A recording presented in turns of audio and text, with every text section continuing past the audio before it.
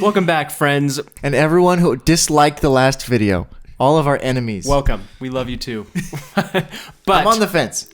Marty loves you.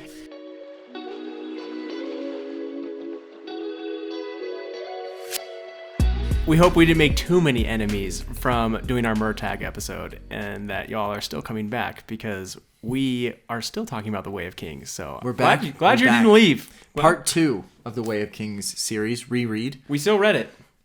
We read it recently. I finished reading my section today. Yep. Very recently. I know. I'm a little worried as we go through this series if you're going to be catching up. Oh, I'm gotta there. Make sure. Hey, I'm there. I'm getting all the reading done. You got it done. Well, we're cutting it close. All between the work down to the wire, everything. So it's great. I know. Problem is, I finished it too early. I finished it like Saturday. Really? Or Sunday morning, I think. Holy cow! So now I'm like, how did you fly through it so fast?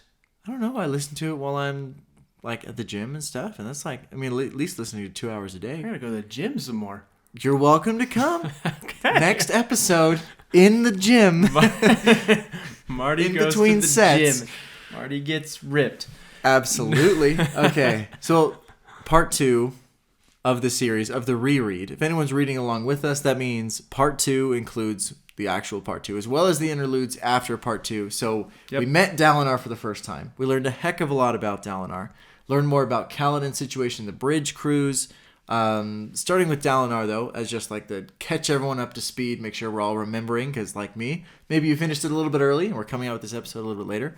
But Dalinar is I guess you would call him a high prince or just a prince in general. He's definitely a high prince. Yeah, so he is definitely a high prince, but he's the uncle of the now king because the king was killed in the very first scene, which was a fantastic scene. We'll talk about the ranking of that scene later.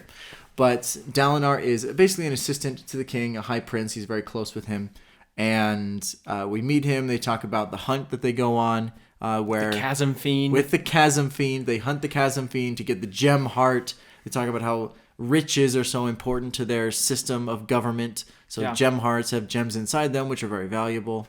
Yeah, and they give us a big background on what's going on in the Shattered Plains, because we've gotten a very close-up look, which is kind of cool for a book to just pull in and give us a really close-up view from Kaladin, and kind of wondering, why is everyone doing what they're doing? Then you very quickly learn that Kaladin's actually running bridge runs, because that's Sadeas' strategy to beat all the other high princes to get across the chasm. So the Shattered Plains, I guess the way I imagine it, let me know if I'm missing something, it's just a series of plateaus with crevices around them that are like massive abyss chasms that they have to cross with these bridges. So the assumption is that these chasms aren't more than 20 feet, but it's far enough that you couldn't jump as a normal human, but it's not too far that you couldn't put a bridge down and cross it. Because if it's much longer than that, even a thick, heavy bridge is going to collapse in the middle with horses on it.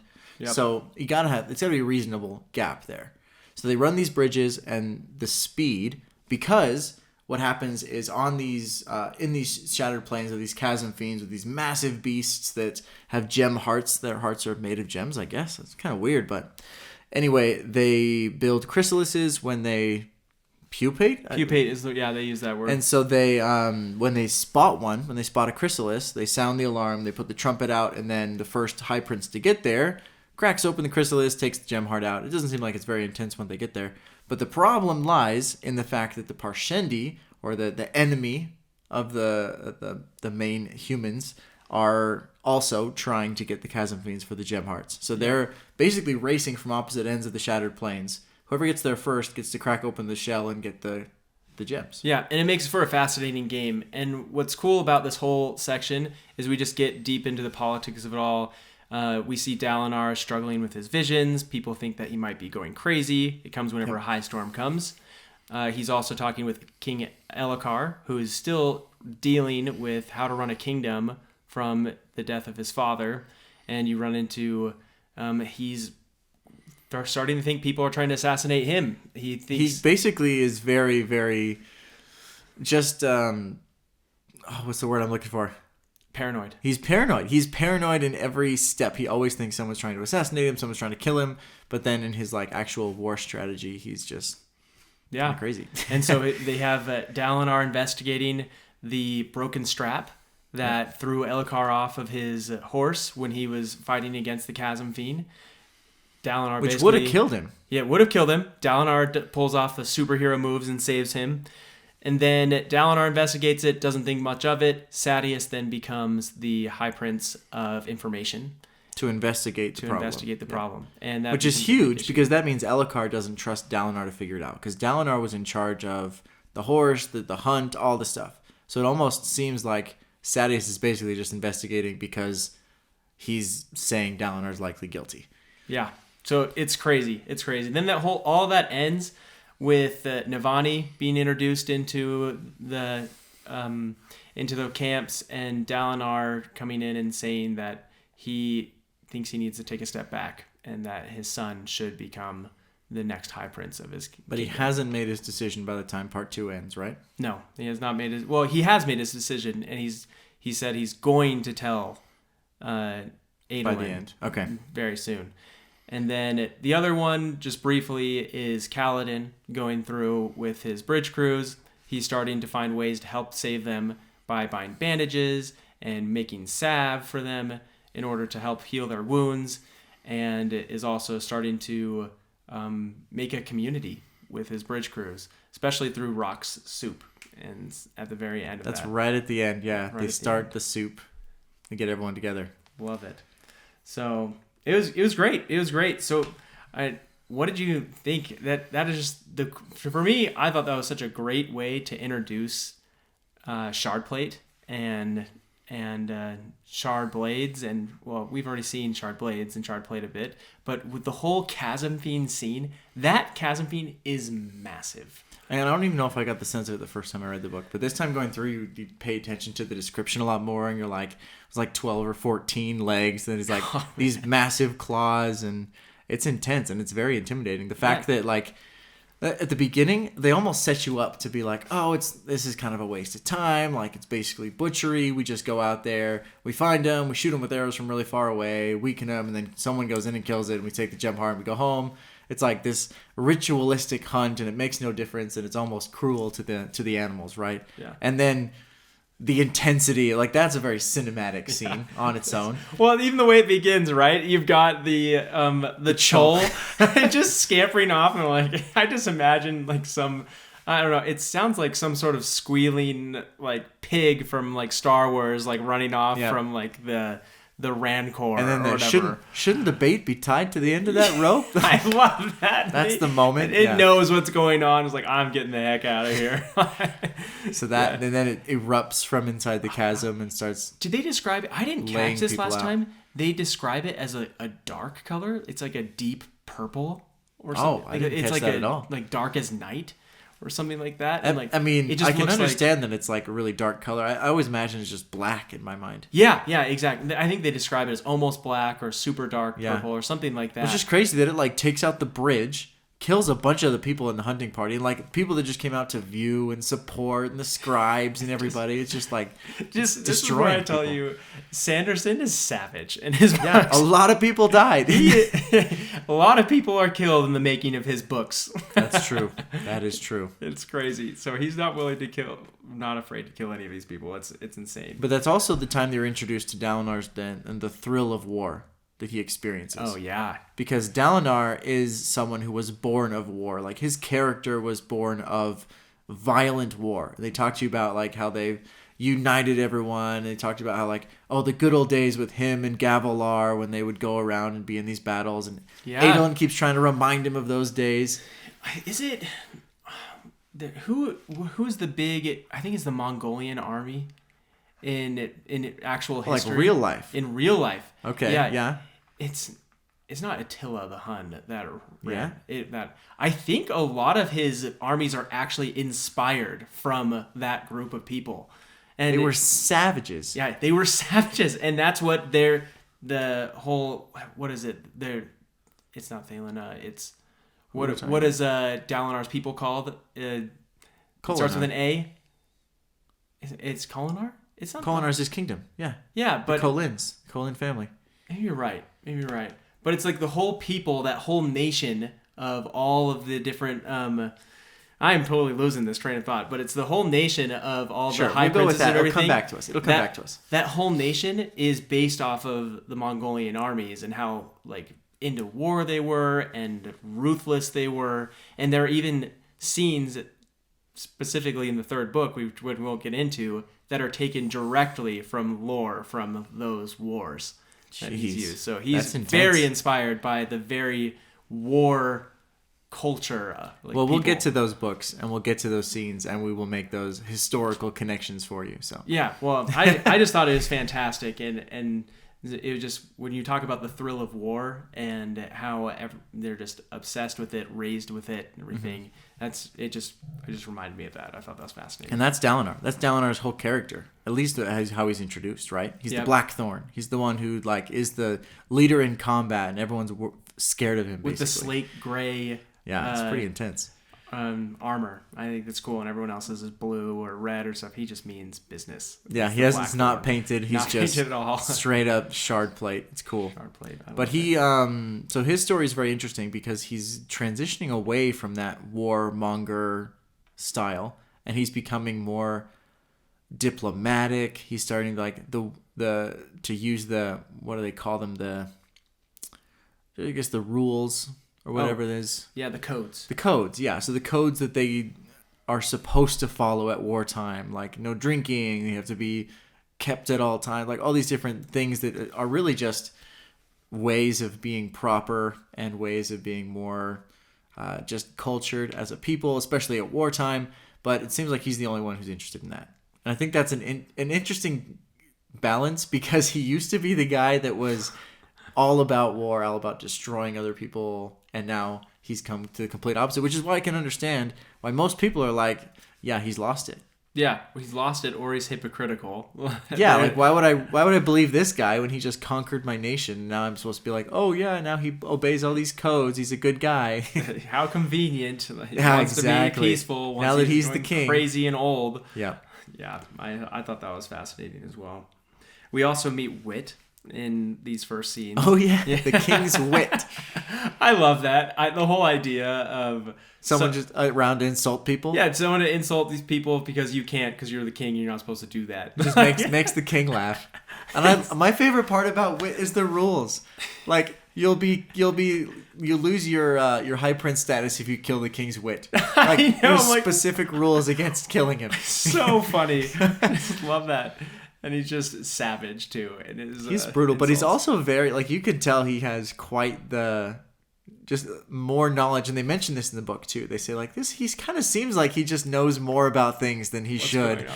And every single time in the book, it says Adolin will say here and there, he's like, I like him. Yeah. He says, I like that guy, and he says it multiple times. It just makes you laugh every time. I'm like, I'm with you. I love. He's Wit. So fun. He definitely makes it fun, and his remarks are hilarious. Yes, it's great. I love that, and then especially even the scene where he's with all the high princes and he's just insulting all of them one by one. Yeah, in line. As they show up for the party, he just insults people. Yeah, I can't even remember any of this. Oh, they're all great. Like, oh, you remind me of someone very dear to me. My horse. My horse.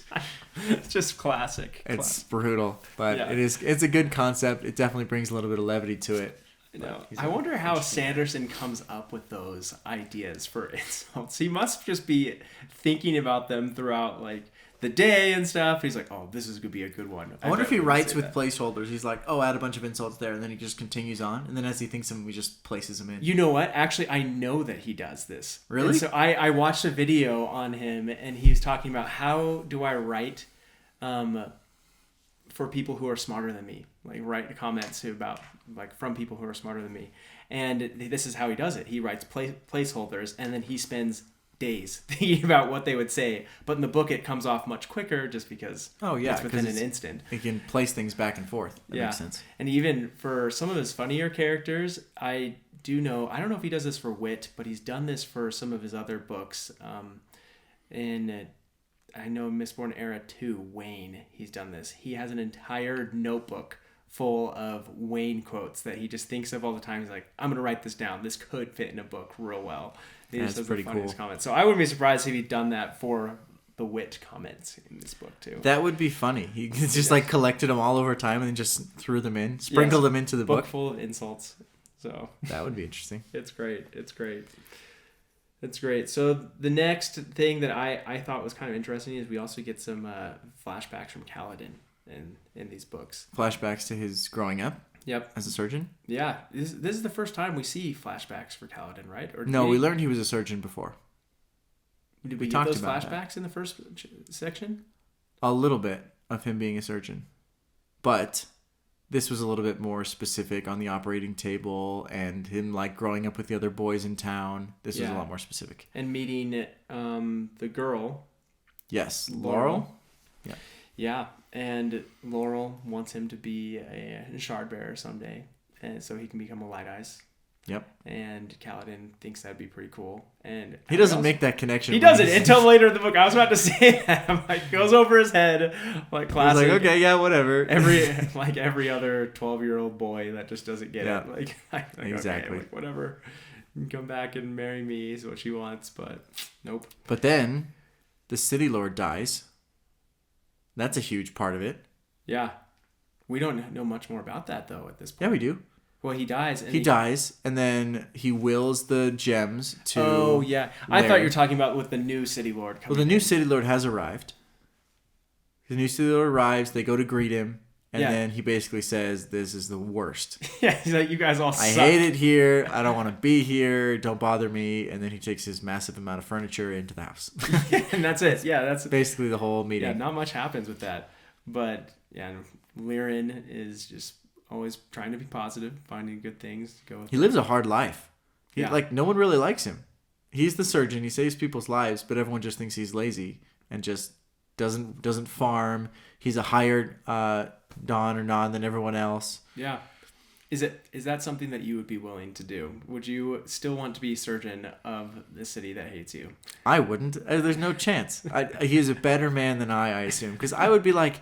if I'm a surgeon, like I also want to get better, and I don't like it that everybody hates me. Maybe just leave for a certain period of time. Maybe go train, like he was recommending to Kaladin to go train, and he could just do that. Leave for like 6 months, and then come back, and everyone would be like, "I'm so sorry." Yeah, I know.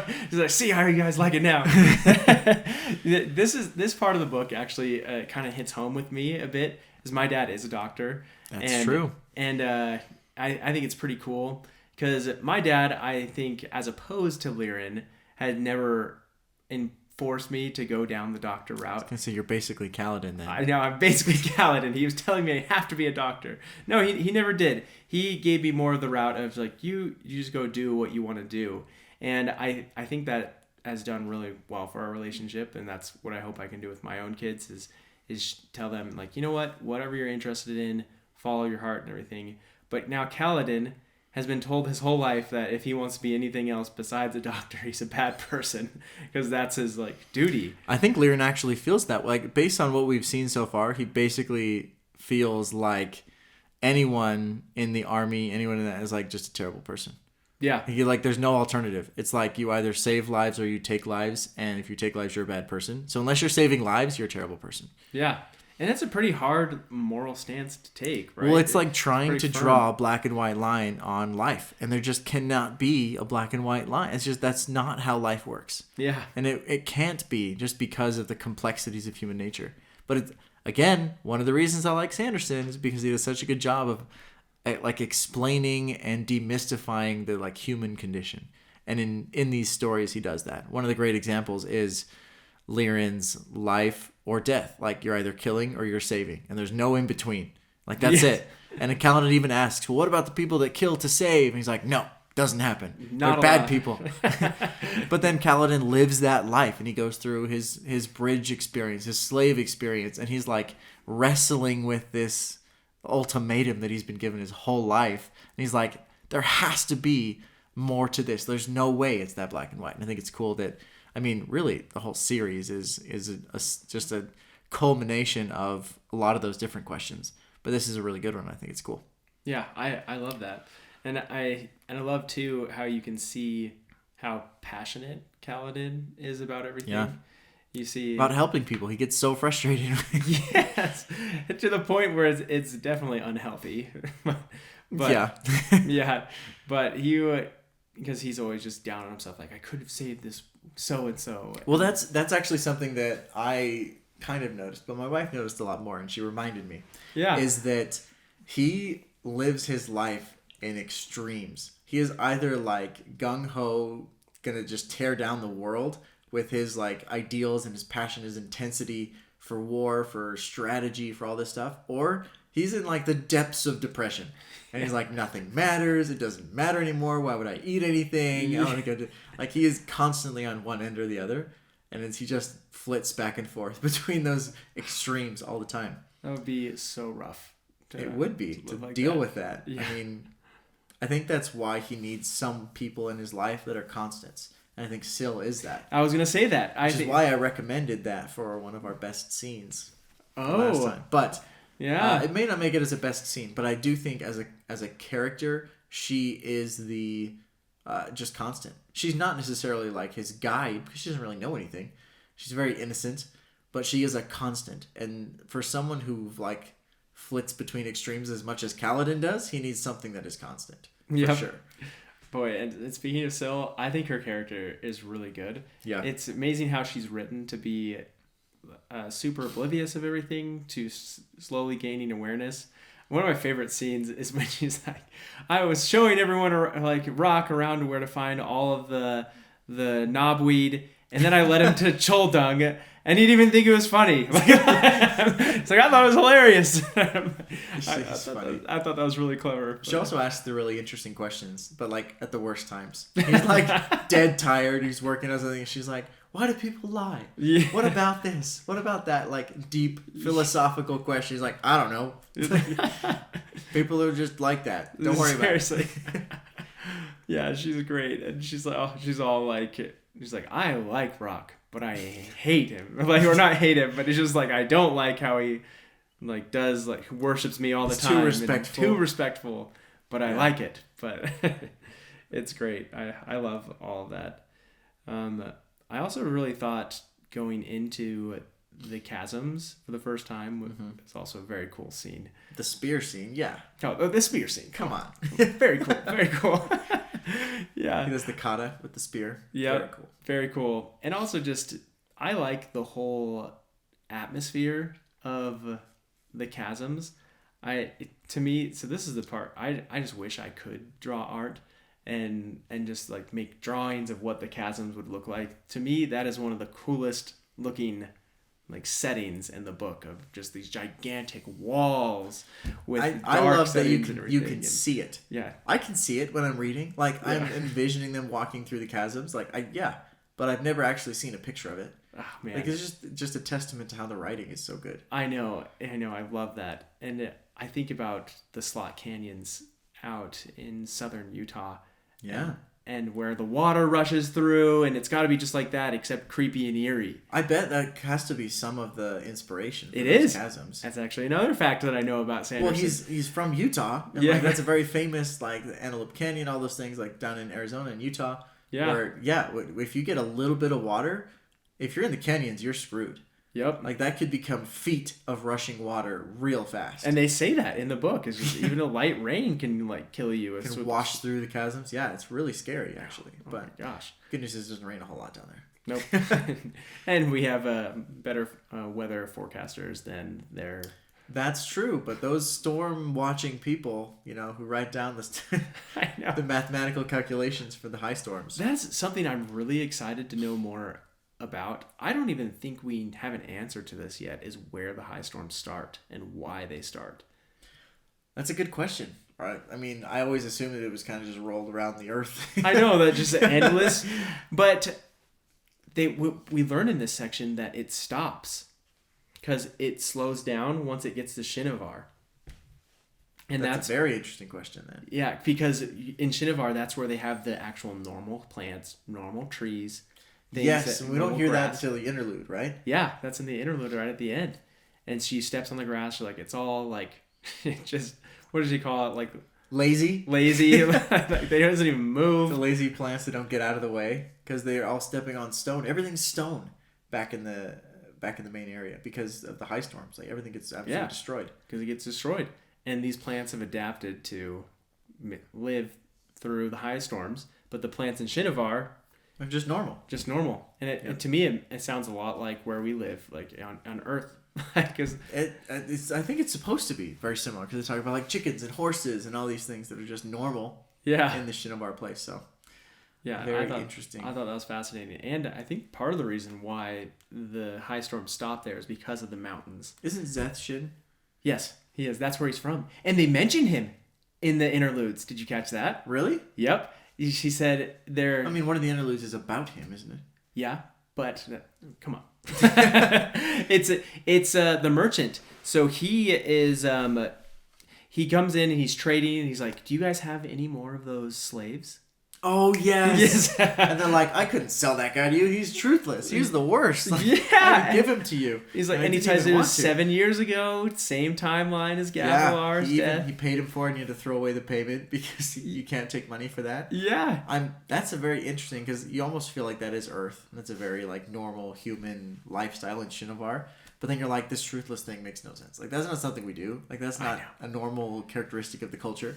But you have to remind yourself, it's not actually humans. It's not actually Earth. I know. It's just kind of loosely based on Come that. back, Jaden. Come back. Yeah, I have to bring myself back from that. But it's an interesting... you also have an interlude where you talk about Zeth's when he gets to be owned by the secret organization.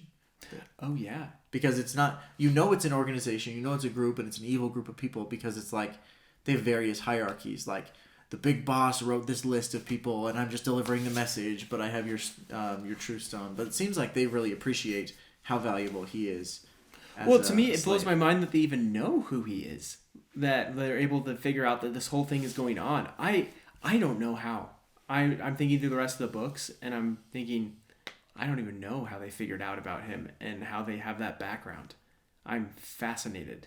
Okay, but. I want to go back real quick. We've been talking about how the whole situation with Dalinar and Elhokar and Sadeas. Sadeas, from the very beginning, you don't really know to trust him if he's a good guy or bad guy. Like he seems sketchy. I'm always tempted to tell people this. Maybe I'll just say it. It's not like, I don't know. I hate Sadeas. I hate that guy. They kind of want you to. He has a bad name. He has a name that makes you not like him. He's kind of sad. He is. Just kidding. Dumb joke. Nice. It was great. It was great. I'm sure some people are laughing. I'm sure. Maybe. You're right, though. He does get painted in a very bad light, and he's not loyal. He seems lame. Like, he's just kind of sneaky. He doesn't care for life. He has the bridge crews. Yeah. Obviously, he's just throwing lives away. He doesn't care. Yeah, and you have the whole scenes where you're like, okay, maybe he's not such a bad guy, and then you find out from Kaladin, oh, wait, yeah, you just saved all these people's lives, but now you can't feed them. I'm going to make you starve them to death. Like that's not very kind. It just doesn't show that he says that he's doing this all for speed, and that they can't wear armor or shields because he doesn't want them detracting the arrows from onto his army from the bridge crews, and so showing that it's just about speed. Like if I could save their lives, I would, but that's not true. Because of what happened with Kaladin. He asked, and he's like, it's a lie. We're going to make him starve. And he doesn't care about bringing the wounded back. So I thought that was fascinating. But I was thinking about this a lot. And you'd mentioned this maybe in the last episode. I can't remember if you did in just talking or whatnot. But we talked about Elhokar. Is Elhokar a bad king? Oh, we've talked about this. I'm not sure, we might have talked about this last week, not even in the podcast, but oh man, it's a good question because, and this will be a better conversation, I think, than just a quick answer. Yeah. Because you have to think he was thrown into rule in a terrible situation, right? His dad was just assassinated. Now he has to be king. He's probably too young for the job. At least they make it sound like he's 26, I think. He's got to be younger than that. Because he's 24 or 26. I think I remember that specifically from the book. Interesting. So, I mean, at this point, right? But it's been years since he was made king. So he was made king very, very young.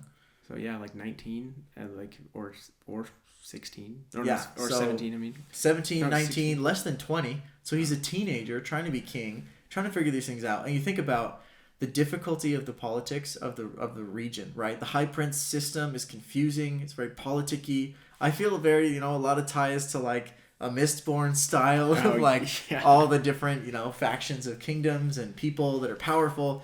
And powerful people in a group like just don't seem like the best people. No. They just seem like they're all corrupted. They're all just like laughing at these feasts and having these side conversations. Everyone's listening in. It was like just seems very sneaky, and everyone's trying to gain power. So you think about, you have a young king trying to keep all of these older bureaucratic people in line. It sounds like an absolute mess. And I can understand why his main idea would be like, just let them kind of like fight it out amongst themselves for these gem hearts and power and riches and all this stuff. And like maybe in fighting against each other and like warring against each other, they won't think about, maybe I should be the king of everything.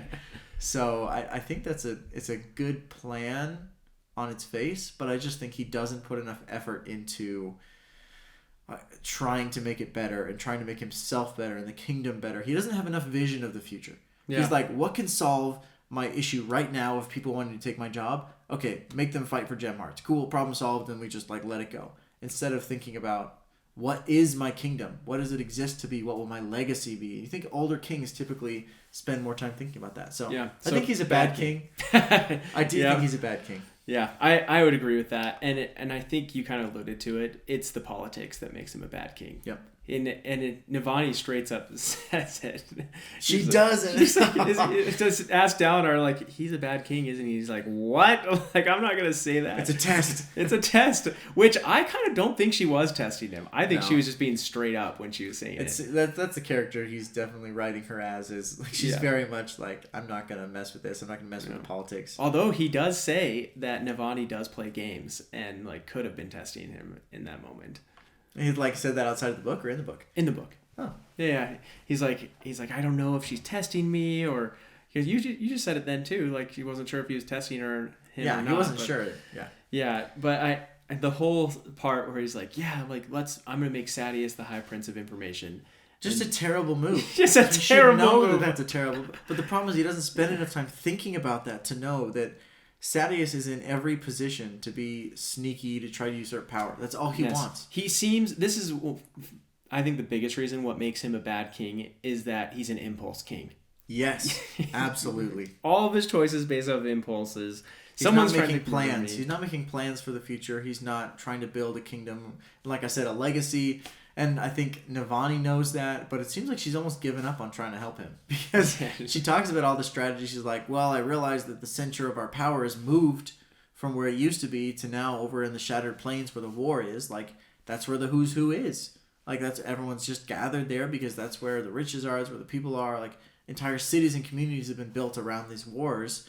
It's like he's moved his kingdom and didn't even know it. Yep. And like, that's not great. No. Not a good look for a king. I agree.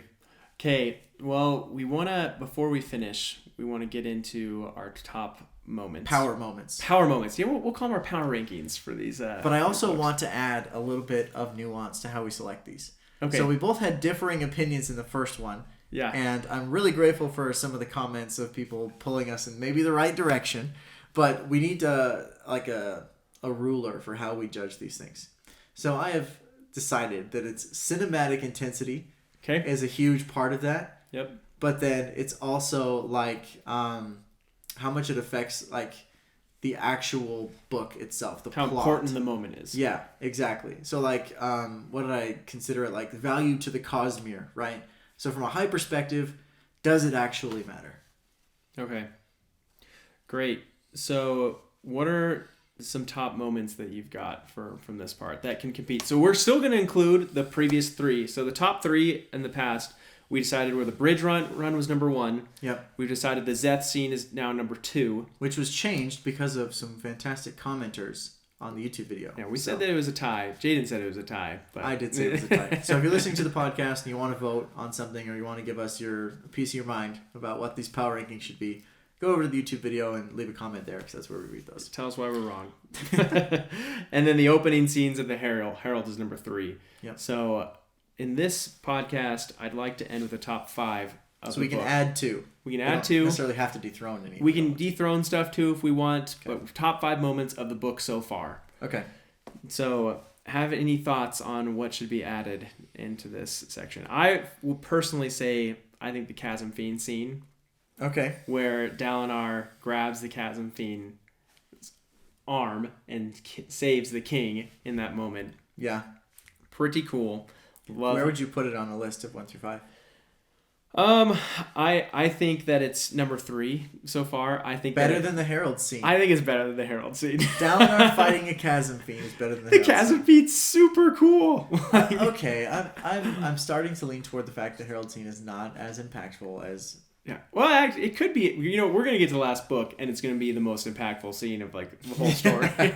That's true. This but something like as far as cinematic intensity, score's pretty low. Yeah. True. So okay, I'll add one. Okay. I'll say Kaladin performing the spear kata in the chasm with the bridge crew. Okay. Now the reason I want that is because that's the moment that the bridge crew changes for him. Yes. Now they believe him.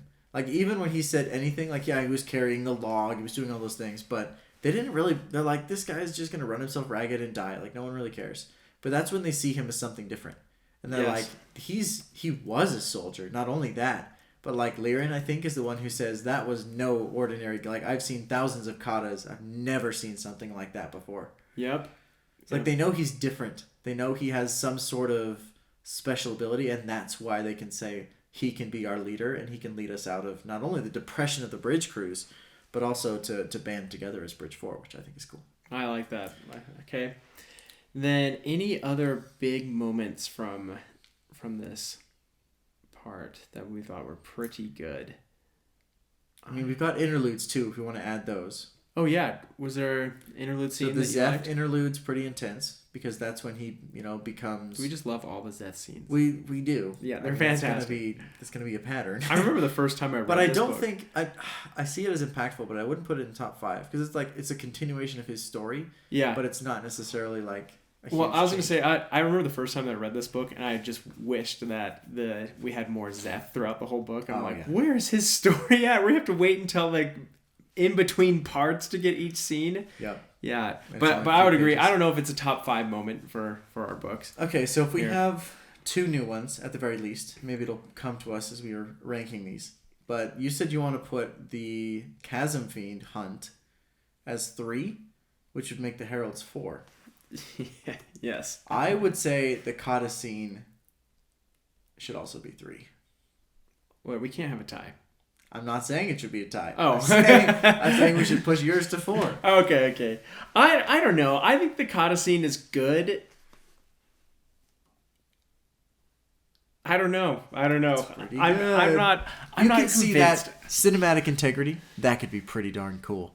Yeah. In the wet, in the rain, in the chasm, like maybe it wasn't raining. It's raining in my mind when I see it. But. Maybe I don't know. I just imagine Karate Kid when I see this moment of him just doing like different stances and stuff, and I'm not really into that kind of thing. The spear. Yeah, but I do see like the impactfulness of it. I did think it was pretty cool how it's starting to bring people together. It's at least 4. It's not going to be 5. It's not going to be 5. Okay, well, I'd put the Herald scene behind Kaladin. I can do that. I can get behind that. But I think the kata is... So if the Herald scene bumps all the way down to 5... Yeah. It's really teetering on the edge at this point. Yep. But we have the kata in and we have the Chasm Fiend in. Is there anything we're missing, though? I know. I feel like... the only thing I can think of that potentially could be one of a top 5 moment is the first... Oh, yes. Yes. See? This is the scene where Dalinar is talking with one of the High Lords, with the High Princes, and then realizes that a high storm is coming. And he books it with Elhokar back to his camp. And they just get into some random barn. They get into a barn, and then all of a sudden, it starts. And he's with all of his soldiers surrounding him. Yeah. And they're all watching him, and he's like, oh, shoot. And I'm going to go through like one of my fits. I don't even think it's that part of it. I think it's the vision itself. Well, yes, but this is why the vision is so crazy, is because of that whole scene leading up to it. Because he's like, Brandon, you wouldn't do this to this poor man. He's just torturous to his characters. He's fighting the Midnight Essence all on his own with a fire poker. And then, so cool. And I had to go back over and over again. I'm like, have I even heard of these things in the books? And I'm like, yes, we have, but we'll not get into that. Whoa. Yeah. Hold on. Yeah. But we then the Knights Radiant appear and save the day in their shining colors. They're radiant. They're radiant. Yes. And they're super cool. And they start telling Dalinar that he's super cool too. They're like, you can join us if you want. I know. You could do it. And I'm like, yes, do it. That'd be so cool. But But I think that's a pretty sweet scene, to be honest.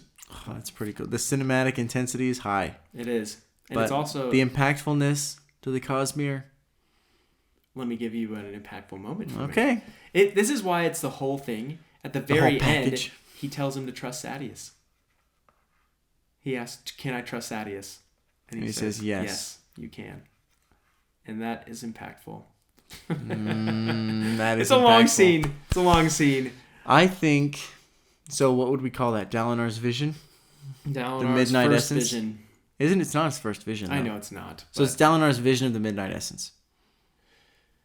Yeah. Or of the Knights Radiant. The first time he's seen the Knights Radiant, for sure. Yeah. And so I would say, does this fit in our top 5? Does it beat... It could, but it's not going to beat the Kata or the Chasm Fiend. I agree. So right now we've got the Bridge Run is number 1. Yep. Also, I kind of want to go back to this. Is Szeth's scene better than the Bridge Run? I kind of think it is. I was kind of thinking about this. It actually probably is one of the best scenes in the book. Szeth's first scene? Yeah, when he's fighting Gavilar. Big thoughts. I'm pausing for dramatic effect. I ruined. And I do think. You know what? I think so. Yeah. I think we could make that number 1. I think Szeth's scene could be number 1. Gone from 3 to 1, I must say. I know. In as many episodes. I know. That's right. But, okay, so if right Szeth becomes number 1. Bridge Run. Yep. First Bridge Run for Kaladin. Chasm Fiend. Chasm Fiend Hunt. Then Kaladin's Kata. Mm-hmm. And then the opening Herald scene. And so, basically, but we would potentially replace the opening Herald scene with Dalinar's vision of the Knights Radiant. Does it beat the opening Herald scene? The Lost-esque, scene with mysterious music in the background, where what are these people doing? They're tortured for thousands of years. What does that mean? I like that first scene. I think the intensity of it. I think the impactfulness of it. All the things you're introduced to. You get to see whatever the rock monster thing that he walks over to. Shard blades. Yeah, all that stuff is pretty cool. Yeah. You don't even know, I want to keep it as number 5. Yeah. I think it probably does beat Dalinar's scene. Dalinar's vision of the Radiance is cool, but I agree that we can keep it. We can keep it as number 5. So our 5 are set. I agree. That will be our 5 for this episode. So far, Szeth number 1, Bridge Run number 2, Chasm Fiend Hunt number 3, number 4, Kaladin's Kata, and number 5, the scene of the Heralds in the opening. Very cool book. Well, as we go through, we'll probably add more to this list. Maybe eventually it'll become a top 7 or a top 10. But for now, I think we know what the powerful scenes are, which means... For next episode, if you're reading along with us, which I definitely think you should, we're going to be reading part 3. Yep. Are there interludes after part 3? There are. Okay, so part 3 plus the interludes, standard practice at this point. We'll read up to that, and we'll have the podcast ready for next week.